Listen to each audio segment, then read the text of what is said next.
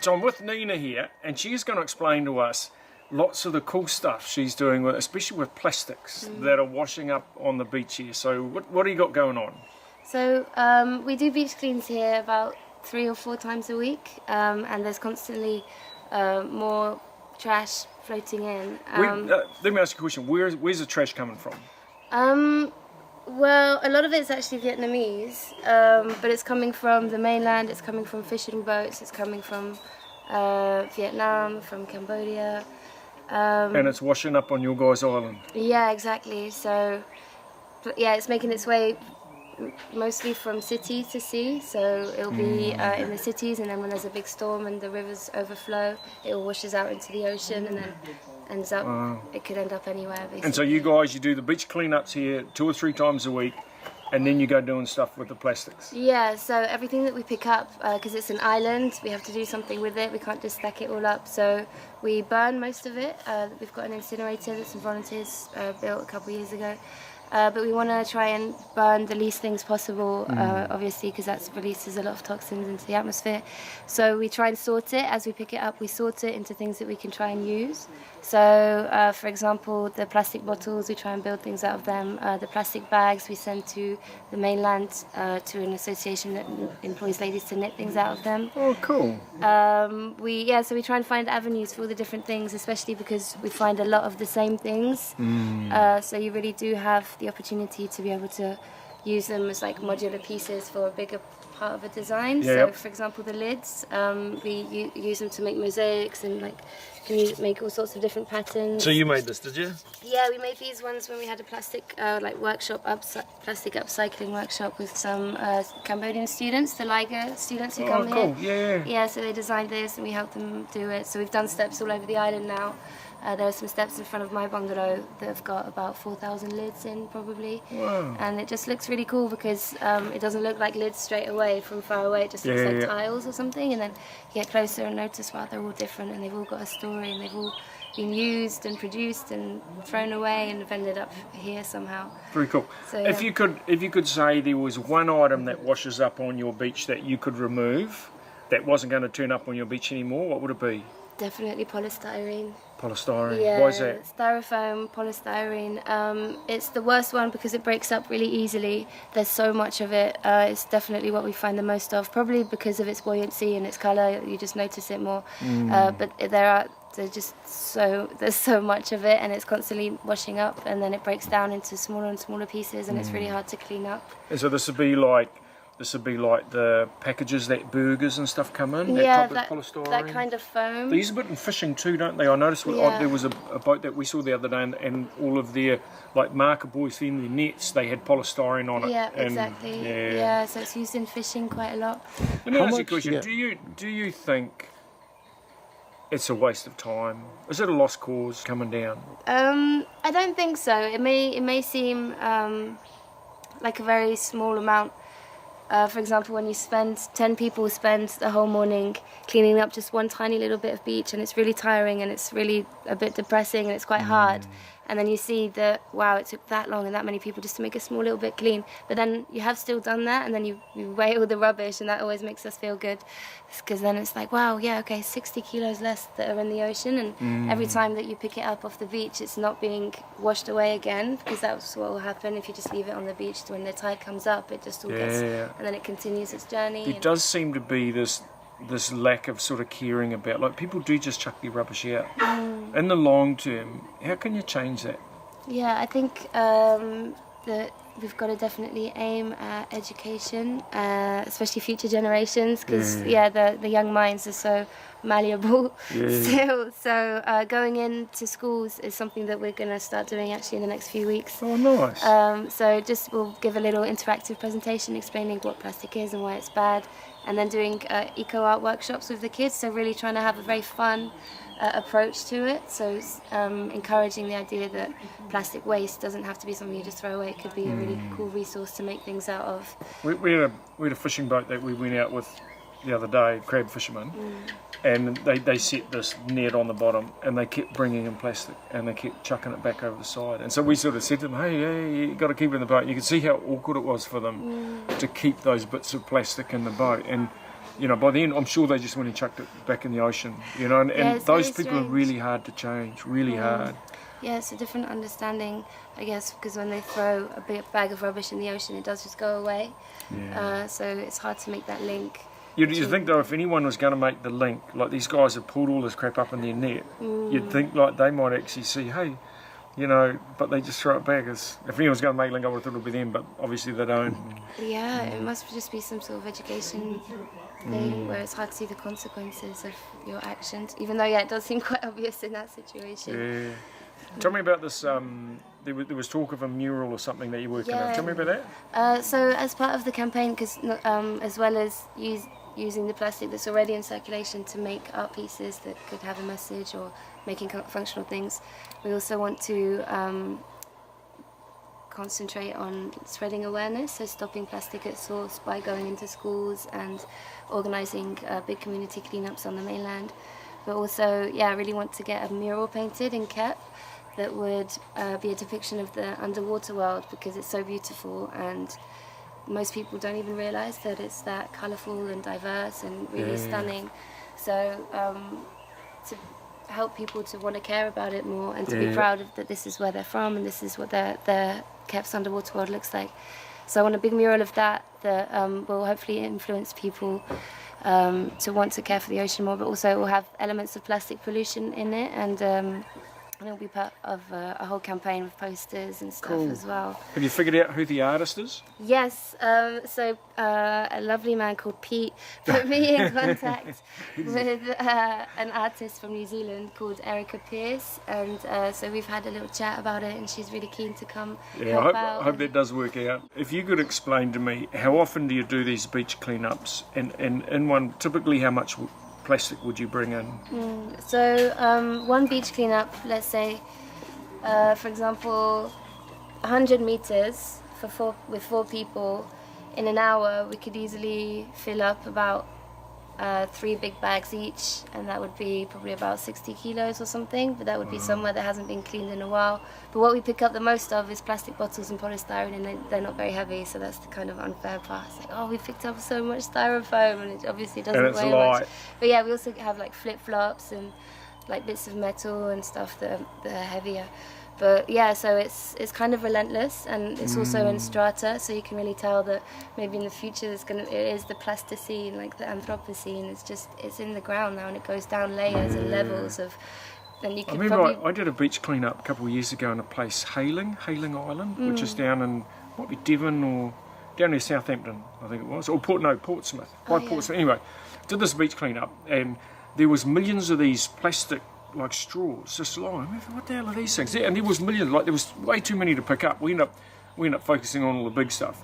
There was, you know, so many million you couldn't do it, but apparently they were from the Q-tips or the ear things. And like, how the hell, you know, you think, how do they get in there? Obviously people in the UK, they go throwing their Q-tips straight in rubbish. But the point I was getting at, so there's all this plastic on the beach, and there was a dog had come along and done a shit on the beach, right? And there's this lady comes past, and she looks over at me and she goes, "That's disgusting, isn't it?"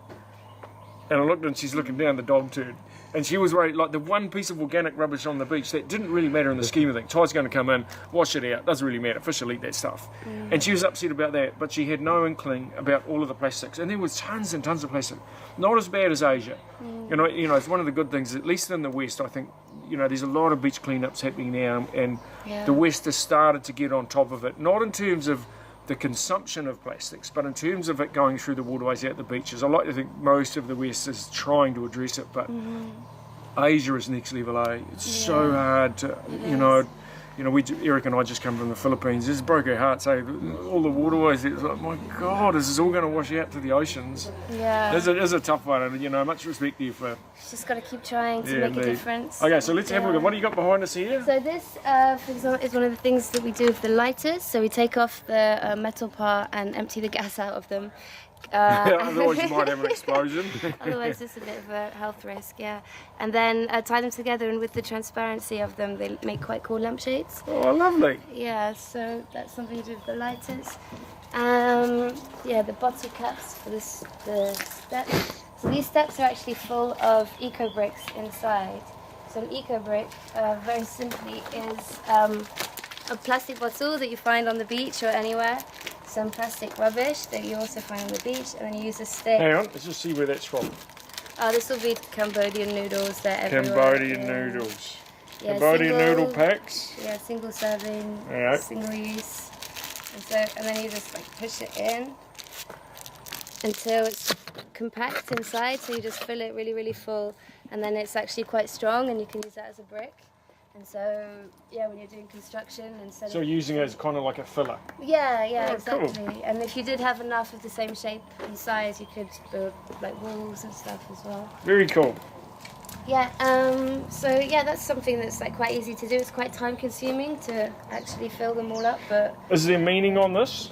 So this one, yeah, this is the, it says here in Khmer, the ocean is crying, so it's like a personification of the ocean, and she's crying plastic into an ocean of plastic. And so these are some Did you of do the, that, did you? Yeah, so I did this with, we got a new generator and it came in a nice wooden box. Canvas, yes. There you go. Yeah, and so these are some of the things that we find a lot of, like spoons and lighters and lids and stuff. And then these things are just made out of the front of fans. So there are a lot of fans in Asia because it's really hot, and so there are a lot of broken fans, and these make quite cool structures to weave into. So we've just been weaving straws into them. Wow. Because the straws are very malleable and colourful and A lot of straws wound around there. yeah, so you can have all sorts of different Very clever. like patterns and designs. So yeah, that's something that's quite fun to do. And then they can be used as hanging baskets or also lampshades. Or And these things? these, so these are made out of the bottles. Where you just cut the end of the bottles and thread them onto rope. And we're going to use them to make a wall, because it will still let the light through, and so we're going to like tie them in a row to make a wall. Walls don't make quite good noise though, isn't it? When wind comes in, Yeah, quite, we were thinking about that, I'd but suggest this would be the least impressive of the... have you got a wall made of these yet? no, I haven't. We've hung some up. No, we're going to do that tomorrow, actually. Oh yeah? Yeah, so maybe. But Yeah. you can imagine having 500 of these around your hoots just blowing a bit of breeze. It's like these ones. They make a nice, quite a nice sound. Oh, there you go. So that's all recovered fishing gear, isn't it? Yeah, so these are fishing buoys. That's the thing that's quite interesting about looking at plastic waste, is it really tells a story of like the human activities that are going on in that specific place. So yeah, we find so many of these, and when you take them out. So those are on the trawl nets, for example. They put those on the top piece of the trawl net, which they want to be just slightly buoyant, not so buoyant that it floats to the surface, but to keep it up off the bottom. Yeah, I see. Yeah, they're really cool. And some of them have just got like shells and barnacles. Just shows how long they're in the water for as well. You can actually have life start growing on them. Yeah, and then the more lighters that we've been drilling holes in and tying together. Another Turtle. Yep. Turtle. Is that using the natural colour of all those things? Yeah. So just sorting them by colour. Yeah, maybe I can show you the workshop as well. So they're Sure. different like colours. Sure, let's go and have a look there.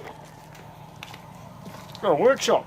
Yeah, it's quite a new thing, but I've managed to spread, because before I was just hoarding it all in my bungalow, and it's like, it looked like the proper, like, yeah, like I had a bit of a problem. Hang on, we'll just let Eric go in front. Yep, You wanna thank go in you. front? What are 2 things people can stop buying that would change?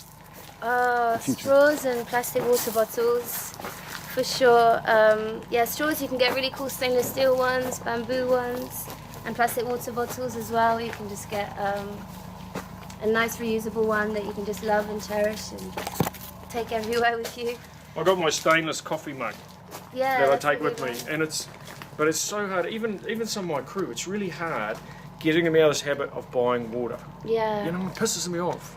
Yeah, and I Anyone think, comes to my turn, no water. All right. yeah, even for us on the island, it's hard for even people who know that it's a problem. Trawl door steps, that's all good. What upcycling. Oh, look at this one. So yeah, these are some of the squid lures. So this is a squid lure, and it's got, normally they'll have 1 or 2 series of spikes sticking up like that, and they drop them down and bring them up, and then a squid comes along and it puts its tentacles around and it gets hooked on there. And you can see here there's probably 200 of them here. Yeah.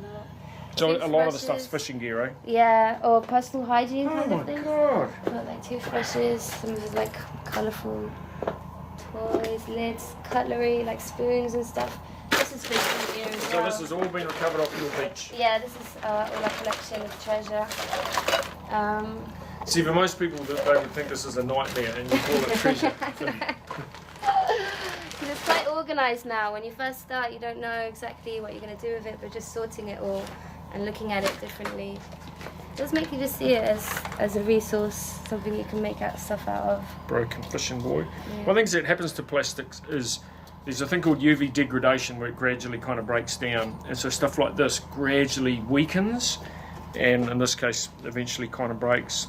And that's one of the problems we have, is that if the plastic would just remain in large pieces, it's not so bad, but the fact that it breaks into smaller and smaller and smaller pieces makes it progressively harder to sort. Thank you. Oh, put it in the wrong pile. Be careful. There's a lot of it. Like these baskets, yeah, they just break up so easily. The straws as well, so brittle. So yeah, these are our collections: lighters, combs, straws, baskets, hangers. Plastic spoons. Plastic spoon, more fishing buoy. Do you sell any of your work? Not yet. No. I have this some more fishing. I think all this was in the ocean These are like makeup tins. before it landed on the beach. This is crazy. Wow. Where they have like one tiny, like just that top part is full of makeup cream. Wow. The rest is just plastic for nothing. Really insane. It's insane, isn't it? All Yeah, of that look plastic how for a shallow. tiny amount of... That's where the cream is? Wow. You could say, like, the world has its priorities all messed up. Yeah. You know, you're selling air. It's basically what you're selling, except for that tiny 2mm layer of... What would that be like? Probably skin bleaching cream. Skin bleaching. Yeah, No, just isn't to it? add to the You got horror brown of the people object. trying to be white, you got white people trying to be brown. It's bizarre. It's so strange, yeah. Well, Nina, it's been a pleasure, mate. Well, thanks for showing us Thank around, and you. thanks so much. All of your cool work you're doing here, eh? No, Super thank awesome. you.